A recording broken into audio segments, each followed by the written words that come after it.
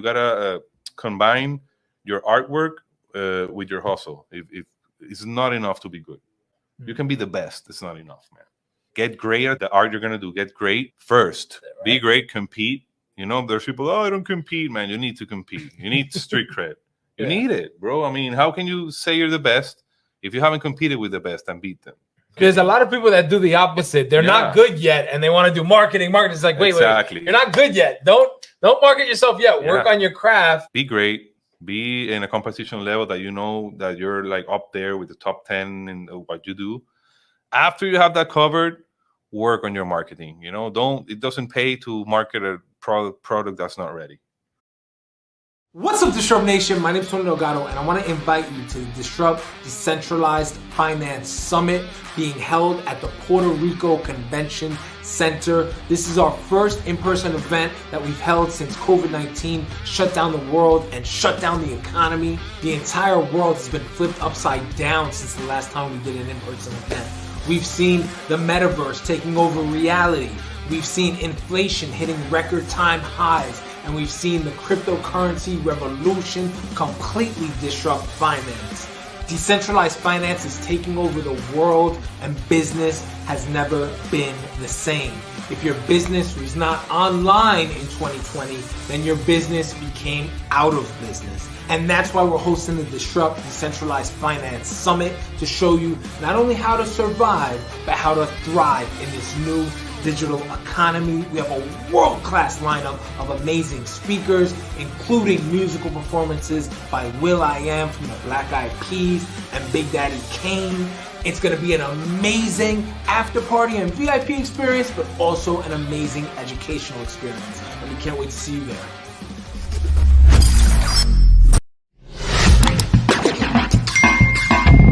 Subscribe now. What's up, Disrupt Nation? My name is Tony Delgado, and here I'm with my main man, Juan Salgado. Juan, thank you so much for being here, my friend. Yeah, thanks for the invite, man. Pleasure and an honor, first of all. No, likewise, man. I've been following your journey for quite some time. Thank you.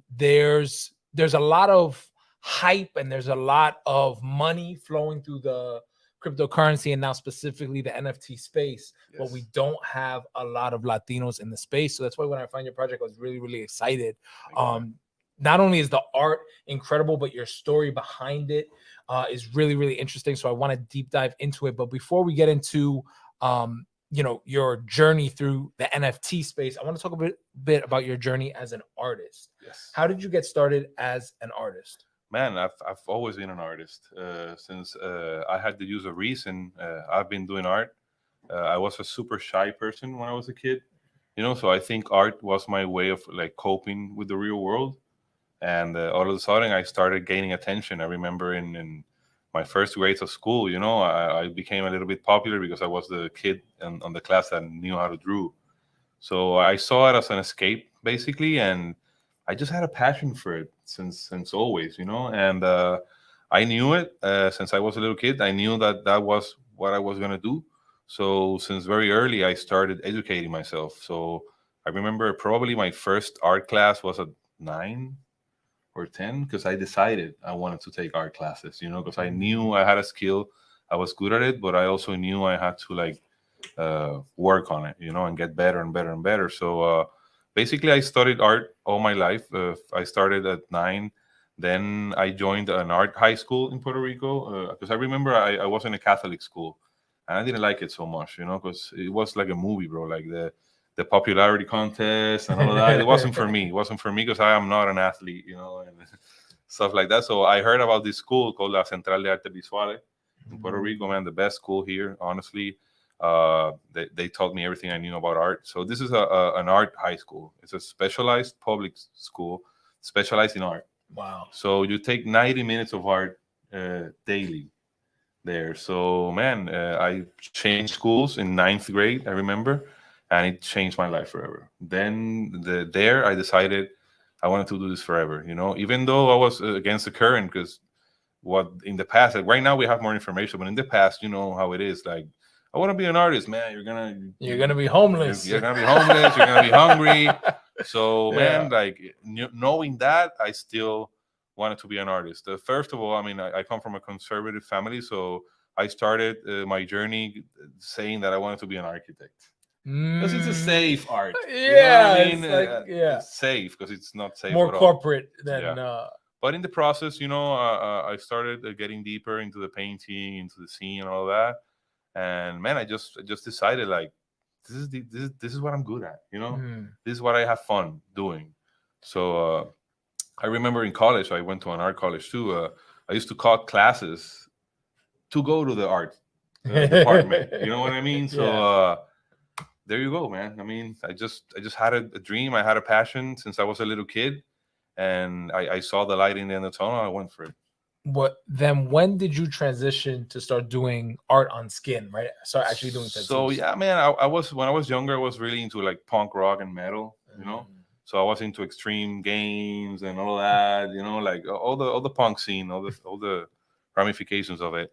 So I'm guessing that I since I was interested in art since I was a little kid, I guess like I saw my idols, the rock stars, they had tattoos in them. So I kind of got interested in that. So I remember in high school, I used to like draw tattoos every day, like the teachers were getting mad because I had like flames, stuff like that, So I had that interest since I was a little kid. I think probably, like I told you, like from my idols. And it was super hard in the past to learn how to tattoo, man. So I mean, I don't. I don't think they teach that in school, really, right? No, right now they're opening some. They're opening some, yeah. But in the past, like I'm saying, like 20 years ago, it was nearly impossible. Nearly, like you couldn't even like order stuff online unless you worked on a shop that was licensed, because you had to send the license number and all that. Wow. So I started first of all being a client. I started getting tattooed first, like 17, illegally, right? Because the majority of age in Puerto Rico is 21. But yeah, I did it. I got tattooed at 17. So then I started getting tattooed first. So in that process, I was kind of learning a little bit. I'm like, this is art. Like, how come there are not good artists doing this? This is art. So I remember when I started college in San Juan, I became friends with a tattoo artist in the shop in Old San Juan. And then I started like asking him a little bit and getting burst into it. But simply they didn't give you the opportunity, like they were super like protective with that, in the past. So when they ask me, how do you start tattooing? I always say that tattooing shows me, because this is what happened. At 20 years old, I was in my house. I was already tattooed. I was doing nothing, and all of a sudden, like I was working at the time in an office, an art material place, So I remember one afternoon, like somebody knocks on my door. I opened the door, and it's this friend I haven't seen like in 10 years, like my childhood friend. We used to escape to the river to smoke cigarettes and all that.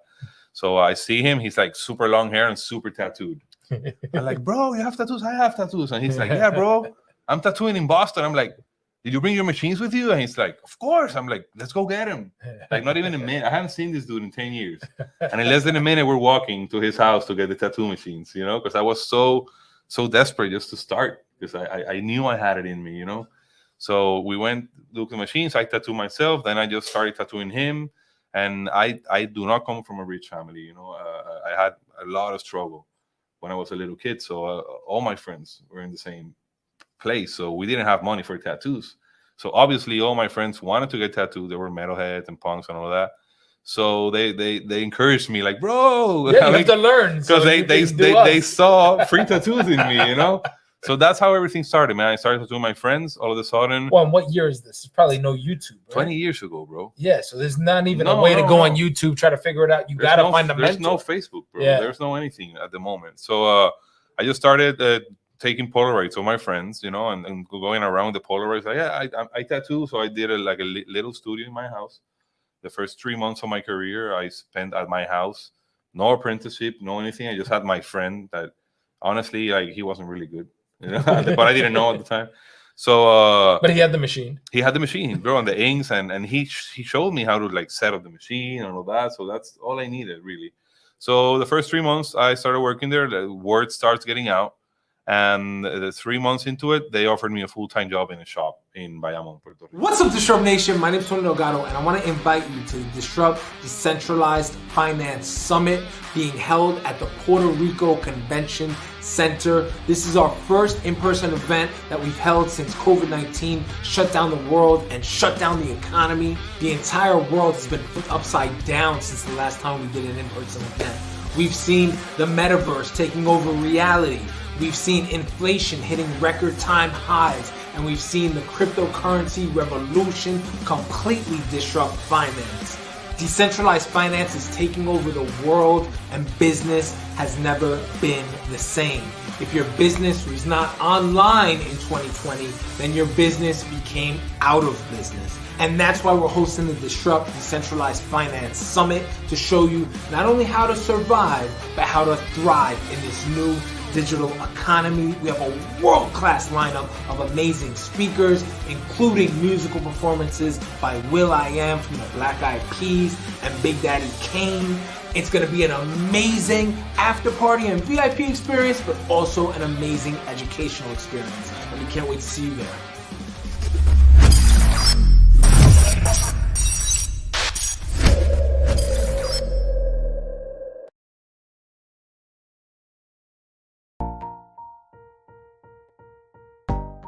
You gotta combine your artwork with your hustle. If it's not enough to be good, you can be the best. It's not enough, man. Get great at the art you're gonna do. Get great first. Right. Be great. Compete. You know, there's people. Oh, I don't compete, man. You need to compete. You need street cred. You need it, bro. I mean, how can you say you're the best if you haven't competed with the best and beat them? There's a lot of people that do the opposite. They're not good yet, and they want to do marketing. It's like, wait, you're not good yet. Don't market yourself yet. Work on your craft. Be great. Be in a competition level that you know that you're like up there with the top 10 in what you do. After you have that covered, work on your marketing. You know, it doesn't pay to market a product that's not ready. Subscribe now.